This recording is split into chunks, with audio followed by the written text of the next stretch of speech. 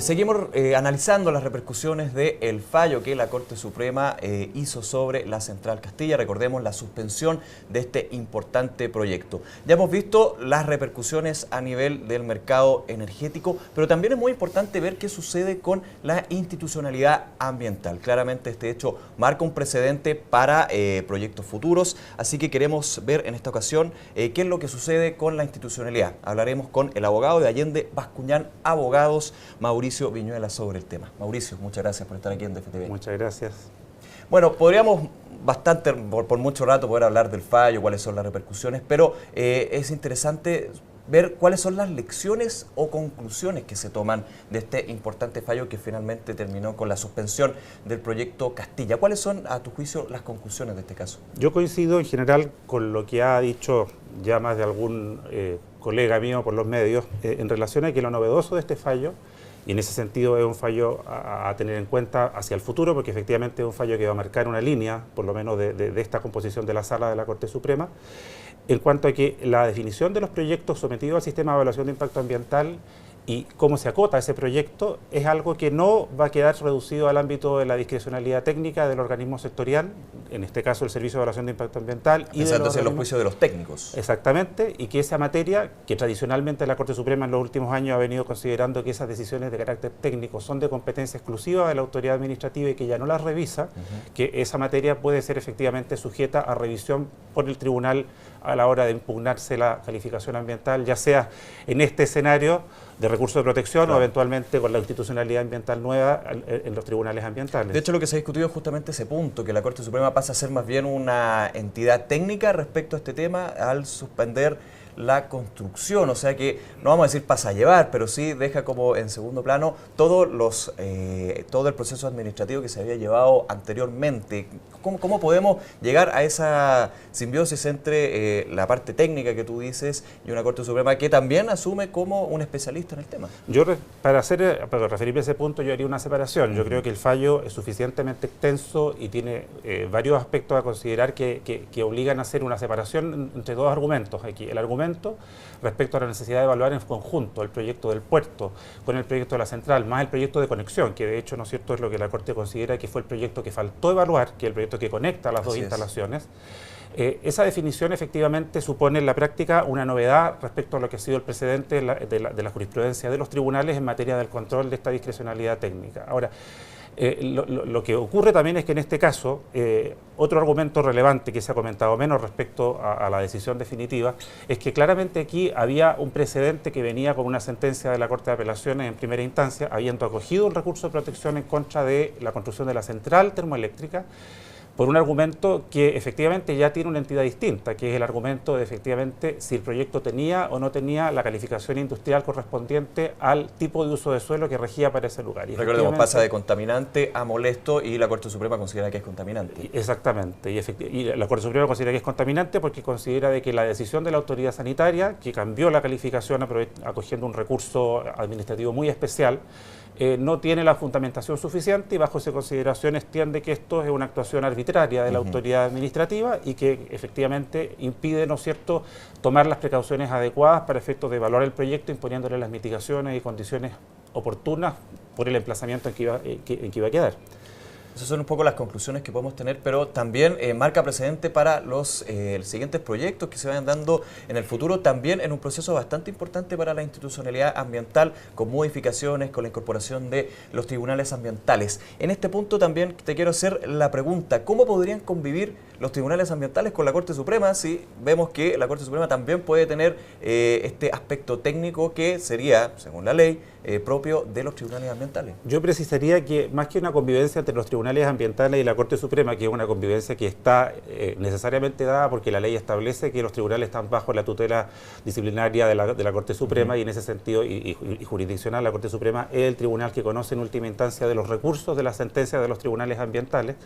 Esa convivencia se va a dar igualmente en la nueva institucionalidad. El problema es la convivencia entre los mecanismos de reclamación que contempla la legislación nueva, que va a entrar a regir plenamente a fines de este año,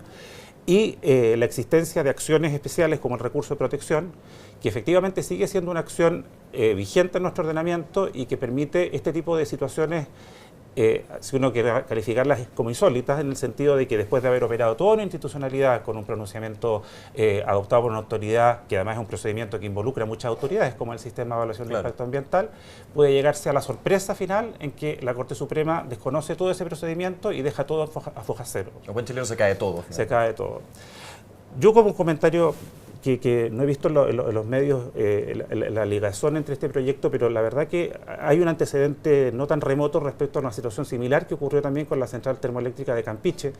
que en su minuto también tuvo una fundamentación muy equivalente en relación al emplazamiento del proyecto, porque claramente en ese caso la razón por la cual la Corte acogió el recurso de protección y suspendió las obras de una central que estaba en ejecución en ese minuto, hay que considerar de que hoy mismo, por ejemplo, el proyecto de las centrales de Castilla todavía tenían dentro de lo que cabe un escenario mejor porque el proyecto no había iniciado formalmente. Claro. En cambio, en ese otro caso estábamos hablando de un proyecto que ya estaba en una fase bastante avanzada de construcción y el recurso se interpuso en forma sobreviniente respecto de una recalificación que hizo el director de obras municipales en su minuto del instrumento de planificación que regía el uso del suelo en ese lugar. Y la verdad, ¿no es cierto?, es que el mensaje que se da respecto de esta sentencia en el fallo Castilla, y que yo creo que es el mismo que se dio en el caso Campiche, es que hay una deficiencia que es urgente resolver en relación a los instrumentos de planificación del uso del suelo, porque efectivamente forman parte, lo ha dicho la Contraloría innumerables veces, y los tribunales de justicia también, que forman parte del ordenamiento legal ambiental. Y esos instrumentos que rigen el uso del suelo son claves para definir con estabilidad, con seguridad, con un rayado de cancha claro, qué proyectos pueden realizarse en un determinado lugar y no tener que utilizar o forzar al sistema de evaluación de impacto ambiental a tener que él ser el que da soluciones respecto de un uso del suelo que está mal establecido, mal normado, y eso también hace referencia a la nueva institucionalidad ambiental. Hoy día la ley de base de medio ambiente, después de la reforma del año 2010, considera la evaluación ambiental estratégica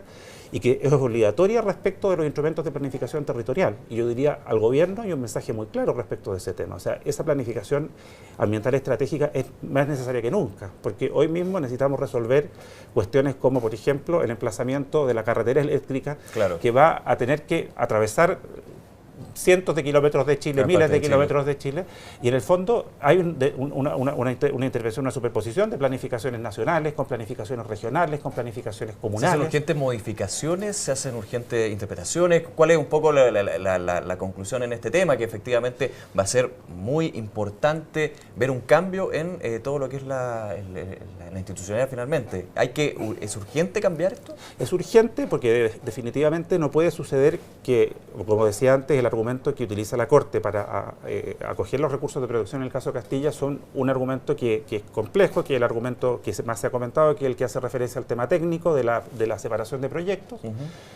Y por otra parte, el argumento del emplazamiento del proyecto y de la calificación industrial del proyecto errónea, dada por la autoridad ambiental, recalificándolo como molesto, cuando realmente todos los antecedentes llevaban a la conclusión de que era un proyecto de carácter contaminante. Y resolver ese problema por la vía de los instrumentos de planificación es la vía adecuada, porque efectivamente no hacen o no lleva aquí un servicio sectorial como es la Seremi de Salud dentro del proceso de evaluación ambiental, tenga que resolver un problema por la vía de recalificar una industria para efectos de dar cumplimiento a una norma preestablecida que es el plan regulador, que el plan regulador efectivamente no considera en ese lugar un establecimiento industrial de estas características, que la verdad de las cosas, que en su coincidencia plena, era necesario. Claro. Y en el fondo, si esos proyectos no están previstos en los instrumentos de planificación siendo necesarios, es que estamos fallando como país a la hora de anticiparnos en relación a los proyectos y a la infraestructura necesaria para desarrollarnos.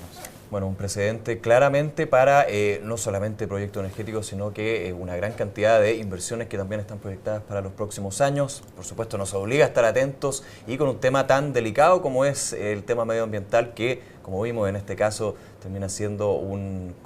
contrapeso para las aspiraciones empresariales aquí en nuestro país. Mauricio, te agradecemos mucho este análisis. Muchas gracias a ti. Y a ustedes, por supuesto, ya los dejamos invitados a una nueva entrevista aquí en DF TV.